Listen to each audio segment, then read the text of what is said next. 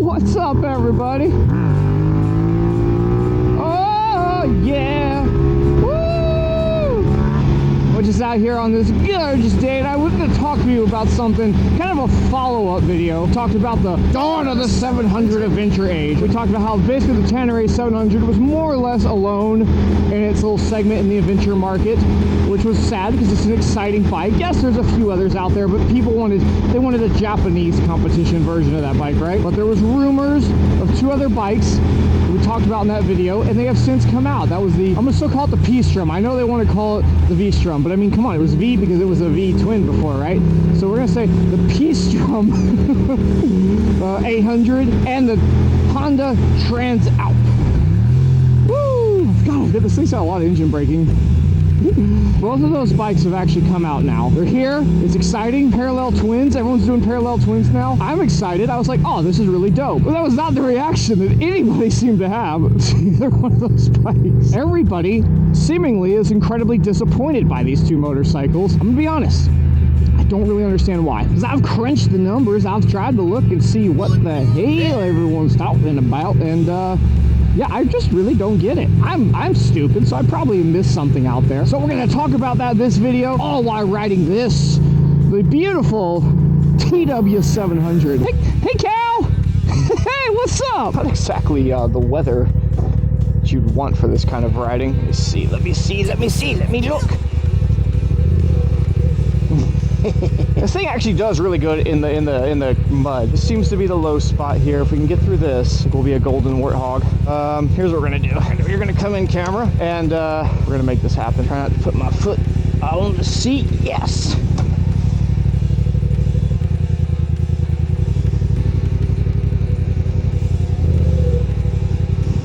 And you try thinking, geez, Jake, why didn't you just take the dirt bike out here if you're gonna do this? Well, it's still a part. You haven't seen that.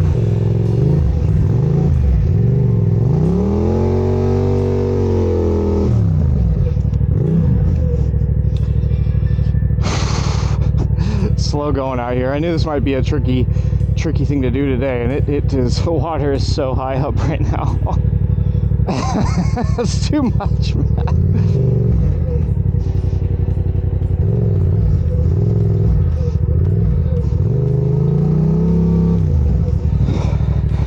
Good job, TW700. All that around.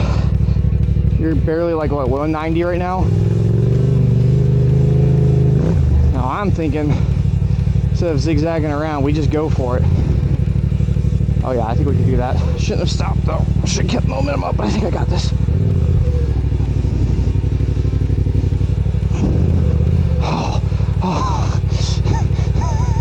Should we see how muddy it got when I did that? When I came through here before, I definitely had to spin it up. Oh, yep.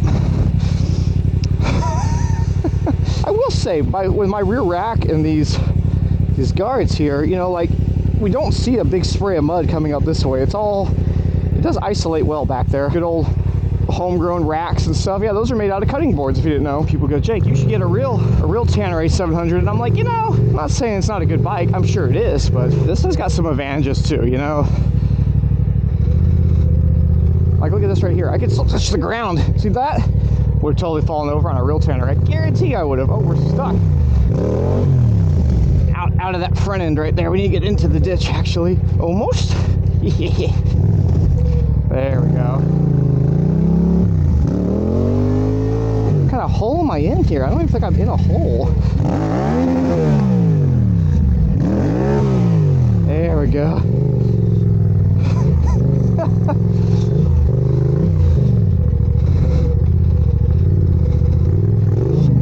It's that Texas clay, boys. I'm telling you, it is a very iffy type of mud. Oh, there's the mud. Come on, there it goes, right there, right in the face. Look at those little doggies. Good doggies, playing by themselves in the yard and not chasing after me. Oh, of course the Chihuahua would. The Chihuahua would.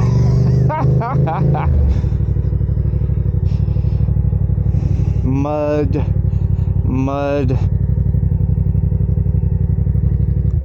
I sat down on the beach and I like recorded this whole thing of me talking about this next fit. The audio was weird. Some mic messed up. It doesn't matter. Look, just pretend I'm on the beach. I'm gonna be here in the garage. It's gonna be better anyway. The audio is gonna be better. So I took the Yamaha, the Honda, and the Suzuki and basically made a little spreadsheet here. Some of the specs. This doesn't include everything. This is just some of the things that I thought were kind of important. Here's the thing. See, other than the Tenere, these other two bikes aren't out yet. So people are just making guesstimations based on specs. So I'm doing the same thing. Until these bikes are actually out there in the real world and people are riding them and comparing them, this is all we can do. We can just kind of play the specs game. But I'm gonna go through them here with you guys real quick and see if you can understand what I'm getting at. We know the Yamaha has a 689cc parallel twin, Honda has a 755cc, and the Suzuki has a 776cc. These are all parallel twins. They are all 270-degree firing orders. Here are the horsepower numbers for those bikes and the torque. Looking at these engines on paper, I guess you could say the Honda kind of looks the strongest. I don't actually have like dyno charts or anything, but just kind of looking at where the peaks are, to me the Honda looks a bit more revvy. The Suzuki might actually be a little better. It's got a little more torque and it looks like power comes on a little earlier. I feel like the Suzuki might be a little more of a rompy, more torquey engine, and the Yamaha's been a good engine. Here's the deal though, they're all pretty good. My TW700 with a 180 knobby on the rear, crazy traction, can easily spin a tire on a dirt gravel road in like third, fourth gear. Like, so they're all more power than you need off-road, and they'll be enough for the street. So like, it seems like they're gonna all be really good engines. Now let's look at the wheel sizes. The Honda and the Yamaha run a 2118. That's your normal off-road dirt bike and hardcore adventure bike setup. The Suzuki has a 2117. The 17-inch rear could give you the conclusion that it's not as hardcore of an adventure bike, but it has a 21 front. And 17 in the rear I feel is like not gonna make that big of a difference. There's plenty of good dual sports and other adventure bikes out there rocking a 17 in the rear. Still plenty capable. I would have liked to seen an 18 back there, but this is not some kind of deal breaker for me if I was in the market. So looking at suspension, they all rock a 43mm front fork. Yamaha's fully adjustable. The Honda looks like it's got preload, and the Suzuki looks to be fully adjustable. Of course, we know from people at the Tenere that if you really want to get the suspension set up well, you need to go into the guts of it anyway. So I wouldn't necessarily count that against the Honda. Like, they're probably all going to need some work if you're going to go really hardcore. But nice to see that at least the Suzuki and the Yamaha have a fully adjustable. On the rear shock, the Yamaha has preload and rebound. The Honda looks to have preload, and the Suzuki looks to be fully adjustable. Now here's something really interesting, the travel, how much the wheels can move up and down. You know, the more the better, especially with these bigger bikes. For the front, Yamaha has 8.3, Honda has 7.9, and the Suzuki has 8.7. So the Suzuki actually has more than anybody on the front end. On the rear, Yamaha has 7.9, Honda has 7.5, and Suzuki has 8.7 again.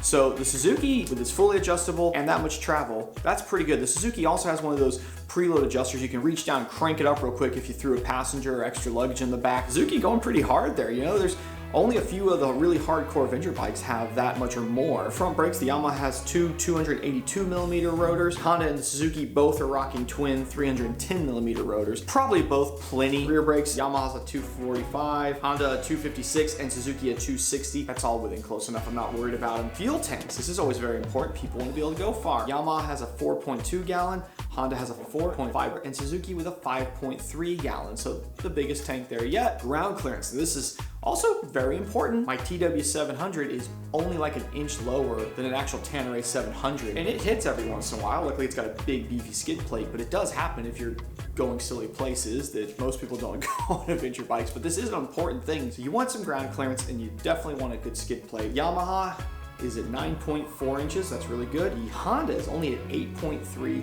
with no skid plate, and I've got to point out here real quick that yeah, if you look, the headers come down, there's no frame structure underneath there. Surely the aftermarket, there's gonna be bolt-on cages that they're gonna wrap under it and give you a skid plate. I'm sure of that, but they're gonna at least eat up another maybe 2 inches or so. It's a little disappointing. Suzuki's not bad with 8.8 inches of clearance. Wait, this is gonna be a big one for a lot of people. The Yamaha is often looked at as being this lighter weight departure of what we've seen in a lot of the adventure bikes, coming back down to something more reasonable, although it's still not like that light. But wet weight is 452 pounds. The new Transalp is going to be 459 pounds. So close enough that you're not really gonna notice a difference. The Suzuki is 507 pounds. It is a little bit heavier than the other ones. It does hold a little more fuel, had a little more suspension, and that is weighty. It'd been nice to see them get that down a little more. Gotta keep in mind what a lot of the other big adventure bikes out there weigh. I did put it on here dash. Yamaha has the backlit LCD. It's the simplest kind of dash. All the other ones have TFT displays. Honda and the Suzuki have tons of options and things in there. They are pretty cutting edge. And I think they knew that was a place that they could beat Yamaha at, since they kind of went more simple with it. They also have a ton of different riding modes. The Yamaha is the most simple. It doesn't have any of that stuff. It has an ABS button. You can click it off and it turns it off to the rear. You click it, turns it back on, where all the others have a bunch of settings. And having ridden with people with a bunch of adventure bikes, sometimes the simple one is better. When you have to stop every time we change terrain and your buddy's having to go through menus and do things and cycle keys, yeah, it gets old really fast. There's something to be said for it being simpler. There's also something to be said though for all the modes. They are really good. Some of these systems now, they're not like the old crummy systems. They're really advanced. They do a good job. None of them, from what I can see though, have any sort of Apple Android CarPlay. I think that's a big letdown for a lot of people. I think a lot of people wanted to see something like that, especially with Honda has been doing it with some of the other bikes. It seems like a big misstep there. Not one of these bikes has cruise control, and that's stupid because these are adventure bikes. These are meant to do miles and ride out there and then take you on the trails. I don't know if the Honda's got fly-by-wire, but I know for sure the Suzuki does. And any bike with fly-by-wire, it's such a silly thing to me not to put cruise control, because it's literally just a software update at that point. All the hardware you would need to run it is there. Bikes like the T7, since it's actual cable driven, there's ways of doing it with aftermarket stuff, but it's not as simple. Regardless, you look at these three bikes and none of them are perfect, but none of them are just terrible. And I don't really get the conclusion that people are drawing that this one is so much better than this one, or these ones are a complete failure and this one's the best. There's some strengths and weaknesses there, but I would still call all of these awesome motorcycles. Anyways, let's get back on the motorcycle. Some guy in a quad keeps scrolling up here, then turning around and leaving. He looks at me. Some kid, I think he wants to come down here and ride, but he's probably like, who's this old dude? Spesticles, testicles. Is that too much? Is that better for you guys? I bet that dude heard me riding down here though, that kid on this quad. There he is. I bet he thought I was a quad, because this thing sounds like a quad.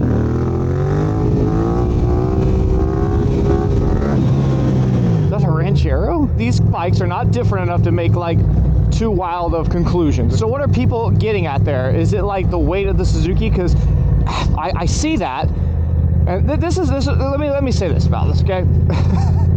All these bikes, realistically, once you throw some crash cages on them, especially if you throw some luggage, if you really get them set up into a venture trim, there's no way you're not over 500 pounds, right? And the Suzuki even more so. Out there off-road, solo, can you pick that bike up? I'm skeptical taking this one loaded up like this, where I just took it, you know? I have picked it up like this before, loaded up. I can do it, but you gotta remember, this bike is lighter than all of those bikes by a good bit. It also, because it doesn't sit on a 21/18 wheels, it's sitting on 17s with lower suspension, its center of gravity, it's not too terribly, like this bike had a lot easier bike to lift than like a Tenere. In the good scenario, can you pick it up? Maybe, but fatigued off-roading, you're not going to be able to most likely lift any of those bikes. And that's not to say that F it, weight doesn't matter, just go as heavy as you can. It's just to say, like, these are kind of bikes, realistically, when you're doing stuff like that, you probably want to be with somebody else.